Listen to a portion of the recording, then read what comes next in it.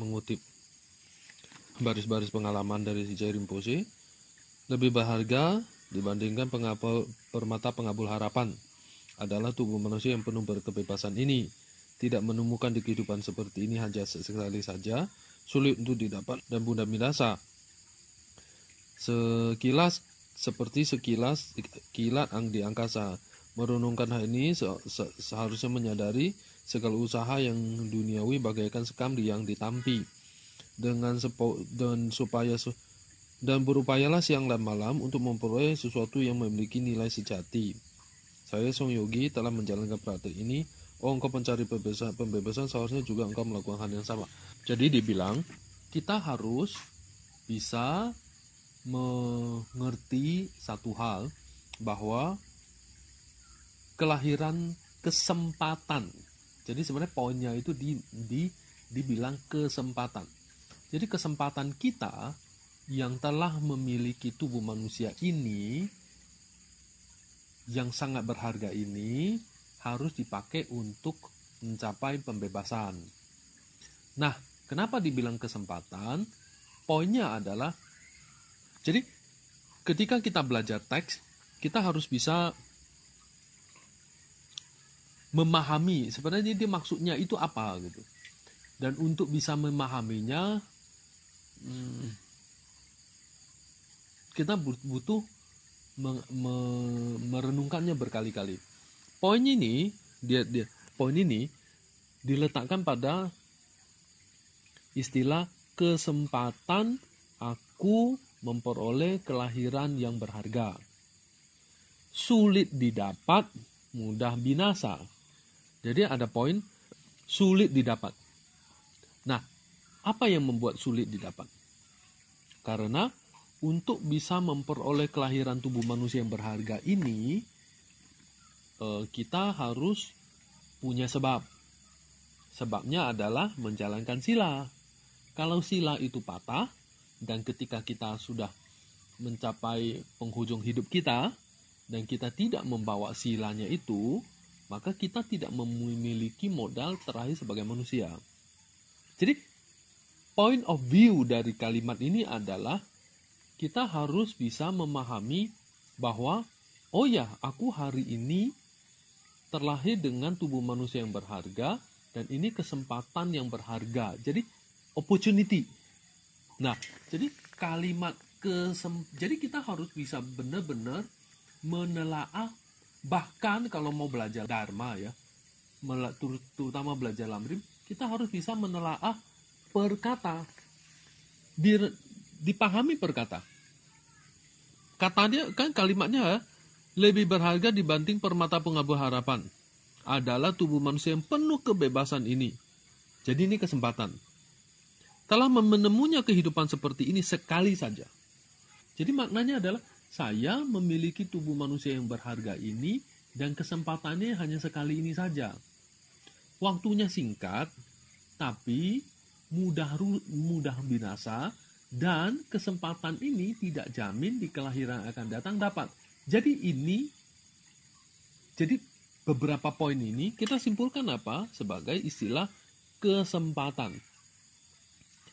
Nah, ini cara kita menganalisa kalimat, cara kita memikirkan kalimat, cara kita membaca, menganalisa kalimat, itu lalu kita mengerti, oh maksud kalimat itu ini, maka ini munculnya disebut studi, belajar.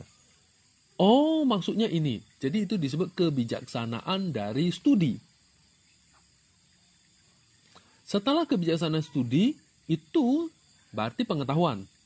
Ada di otak. Nah, nextnya adalah hasil yang kita pahami, itu apa hasil yang dipahami itu?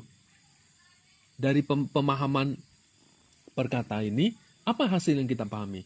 Oh, kesempatan. Jadi kalimatnya kita dapat adalah, oh kesempatan. Kalau gitu artinya apa? Kesempatan. Kesempatan sekali ini saja hilang, maka tidak ada kesempatan yang akan datang. Nah, jadi dijelaskan juga kesempatannya hilang itu apa? Bahwa tidak bisa didapat, tidak jamin bisa didapat, mudah hilang. Nah, kalau ada tiga kata seperti ini,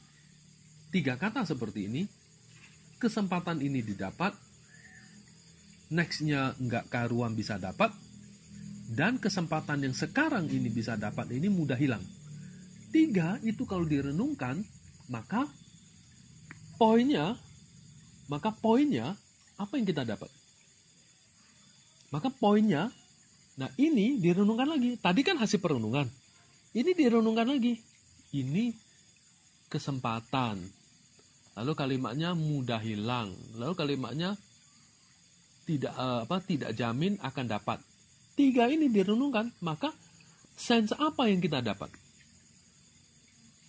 Sangat berharga dan harus dipertahankan dengan sebaik-baiknya. Kan logika berpikir kita begitu. Ya kan? Kan logika kita berpikir seperti itu. Sangat berharga dan harus dipertahankan sebaik-baiknya. Tidak disia-siakan. Kalau begitu, maka namanya kebijaksanaan dari studi, lalu di kebijaksanaan perenungan, lalu munculnya disebut kebijaksanaan hasil perenungan. Jadi kenapa kita belajar itu nggak bisa dapat? Kita hanya baca aja. Sudah baca, kamu nggak dapat kesimpulan yang kamu baca. Berarti kamu baca aja, kita hanya baca aja. Tapi kita nggak dapat sense.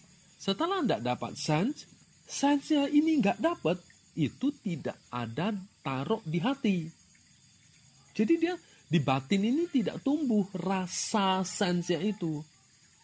Misalnya, ketika kamu berbuat salah atau kamu kehilangan satu kesempatan, kamu akan sangat menyesal. Sense-nya kan dapat nih.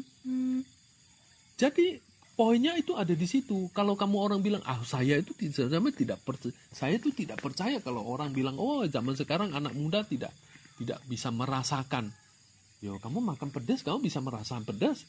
Kamu dingin bisa merasakannya. Kamu sedih, patah hati, kamu bisa merasakannya. Ada apa maksudnya nggak bisa merasakannya? Istilahnya konyol. Buat saya itu nggak mungkin kamu nggak bisa merasakannya. Kamu mau apa tidak? Jadi poinnya di situ. Aku mendapatkan kesempatan ini.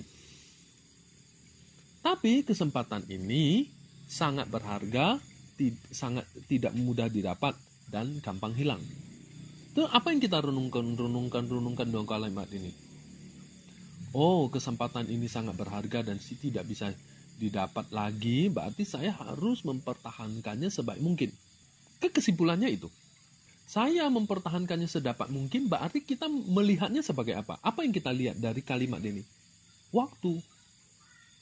Berarti jika 1 jam itu akan menjadi sangat berharga. 1 jam. Kalau dibilang 5 menit, 1 menit, 1 momen, itu menjadi sangat berarti. Kalau kita paham makna kalimat ini. Jadi, kelahiran kita sebagai manusia yang setiap saat seperti ini, harusnya kita bisa menangkap sebagai sense yang kita dapat adalah setiap tarikan nafas kita sangat berarti. Nggak boleh disia-siakan dan harus berupaya keras untuk menggunakannya. Kalau kamu mensia-siakannya, itu kesempatan hilang. Jadi cara kita memahami tubuh manusia ada di diri kita, tapi memahami makna ini bagaimana caranya? Bagaimana caranya memahami makna ini? Bahwa saya ketika kita lihat tubuh saya, ketika saya duduk di sini, mengamati. Jadi nggak usah stres mengamati, lihat aja. Setelah saya mengamati, lalu merasakan kalau ternyata saya hidup sebagai seorang manusia, lalu merenungkan poinnya, kelahiran manusia yang sangat susah didapat dan sekarang saya punya dan kesempatan ini sangat berarti. Terus direnung, rasa apa yang kita muncul? Setiap momen sangat berharga. Aku enggak menyia-nyiakannya. That's point. Lalu setelah itu, dengan poin seperti ini, kita sudah paham nih dengan poin seperti ini. Lalu kita lihat jam. Waktu cepat berlalu, lalu kita spontan secara alamiah merasakan, wah, saya menyia-nyiakan momen hidupku. Ini ibarat pelita minyak, kayak listrik gitu, dinyalakan, tidak dipakai, dibuang begitu saja. Jadi rasanya kayak disia-siakan. Kayak air keran dinyalain, kita pergi ke pasar. Wah, buang sia-sia. Nah, ketika kita bisa seperti itu, maka kita sudah bisa mulai memahami, merealisasi kelahiran sebagai manusia yang berharga. Poinnya adalah, kita lihat ke dalam atau kita lihat keluar. Jadi kita lihat ke dalam, ngerti nggak istilah lihat ke dalam? Jadi fokusnya itu ke diri kita. Fokusnya itu ke hidup kita. Fokusnya itu ke kehidupan kita. Sehari-hari kita fokusnya ke sibuk cari kesibukan. Sibuk mencari kesibukan. Nggak bisa diam. Jadi sibuk aja. Kalau nggak duduk diam, nggak ada kerjaan, pasti bingung. Ketika kita bisa membalikkan, duduk merenung, oh ya kelahiran saya berarti, saya berharga, saya menyia-nyiakan, waktu cepat berlalu, kayak air keran dibuang begitu saja, listrik nyala, coba kita misalnya pergi, kita nyalain air, terus tahu-taunya kita pergi ke pasar, lupa terus pulang kan kita merasa, aduh, sesuatu yang sangat penting, berharga itu kebuang sia-sia. Kayak nyalain kompor, kebuang sia-sia. Nah, poinnya itu, kita bisa nggak melihat seperti itu? Senantiasa kita harus bisa melihat seperti itu. Dengan cara apa? Jadi itu adalah basis. Kamu mau belajar praktek Dharma itu huge. Saking huge-nya itu sibuk banget deh. Jadi orang itu, kalau dia ngerti Lamrim, ketika dia duduk di situ, duduk di sini 5 menit, keseluruhan 5 menit itu dari topik A sampai Z selesai. Contoh ya, saya kasih contoh aja. Ketika dia menyadari kelahiran sebagai manusia ini berharga, jadi poinnya itu kan gini. Dia kalau kita mampu bisa merasakan setiap tarikan nafas itu adalah sangat berarti, kayak air keran atau air gas kita nyalain terus kita keluar lupa, kan kita aduh rasanya gimana gitu kan ya. Itu kan kamu bisa merasakannya. Masa kamu bilang aku nggak bisa merasakan? Nggak, bohong. Kamu bisa merasakan, itu basic kok. Kamu bisa merasakan. Ketika kamu bisa merasakan, kamu merasakannya ke dirimu. Kalau aku duduk diam, nggak ngapa-ngapain, atau aku mencari kesibukan urusan yang enggak di luar, akhirnya aku merasa apa? Sama kan dekat air kebuang begitu aja. Jadi ketika kamu bisa sampai itu, kamu akhirnya melihat lagi ke dalam, apa artinya? Apa yang kamu lihat? Setiap tarikan nafas itu menjadi momen yang sangat penting. Kamu kalau enggak menggunakannya, itu kamu sia-siain hidup ini. Nangkep ya? Nah, poin itu tidak semudah itu baca terus bisa. Ya harus biasakan. Cara biasakannya apa? Ingat poin itu. Ingat poin ini. Lalu kamu kerja sehari-hari kayak kita banyak aktivitas. Lalu kita lihat air, kita oh ya kayak gini ya. Kita lihat jam, oh ya kayak gini ya. Jadi ketika kita merenungkan, jadi poin itu dibawa di mana-mana gitu loh. Jadi poin Dharma itu dibawa kemana-mana. Ingat sesuatu, ingat itu. Lama-lama itu akan membuat hati kita terbiasa dengan sikap itu. Lalu hati kita berubah ke sikap itu. Itu namanya mengubah batin. Ya. Lalu itu kan mulai dari merenung. Jadi kita sebenarnya studi, kontemplasi, meditasi itu sebenarnya tanpa disadari terjadi. Misalnya kita nyapu, kita kerja, kita masak, kita mandi, kita pergi kemana.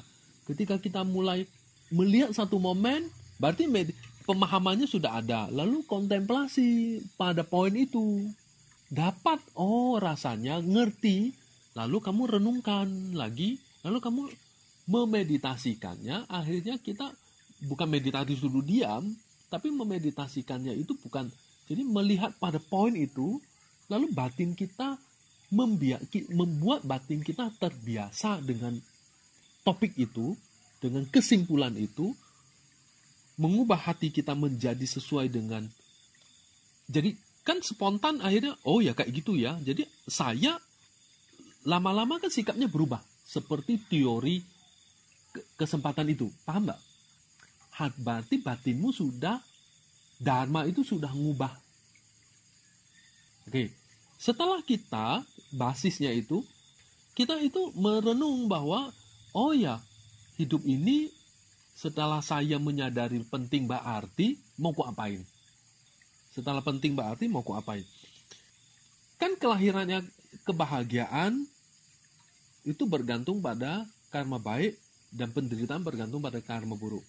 Berarti kita harus buat karma baik dan buang karma buruk dan tidak buat karma buruk, ya kan? Nangkap nggak?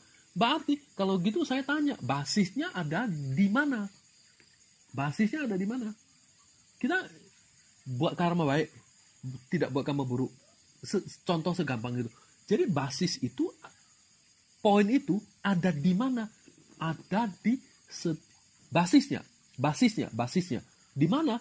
Ada di basis setiap tarikan nafas kita yang kita sadar tadi bahwa itu sangat penting, sangat berarti. Jadi kita harus menemukan dulu basisnya itu. Kalau kamu tidak menemukan basisnya itu, semua dharma yang kamu lakukan, ya kayak meja ini. Meja ini kalau buku ini taruh di meja kan harus ada basis kaki, meja, menyangga. Kalau enggak kan dia jatuh, enggak mungkin barang itu melayang-melayang kan. Nah basisnya apa? Meja, kaki ini. Sehingga dia bisa terletak sekian tinggi dari permukaan tanah. Berarti basisnya ini loh, based on. Kalimat bahasa Inggris itu based on. Berdasarkan. Nah, dasar dia, based on, dasar dia itu ada di mana? Yang tadi, ketika kita sudah memahami bahwa setiap tarikan nafas kita itu sangat penting, sangat berarti, nggak bisa sangat sayang di-waste-kan. Sangat sayang untuk disia-siakan. Berarti apa yang kita gunakan di setiap sayang ini? Yang disia-siakan. Bikin karma baik, buang karma buruk. Nangkep? Bikin karma baik, buang karma buruk. Kan poinnya cuma itu aja.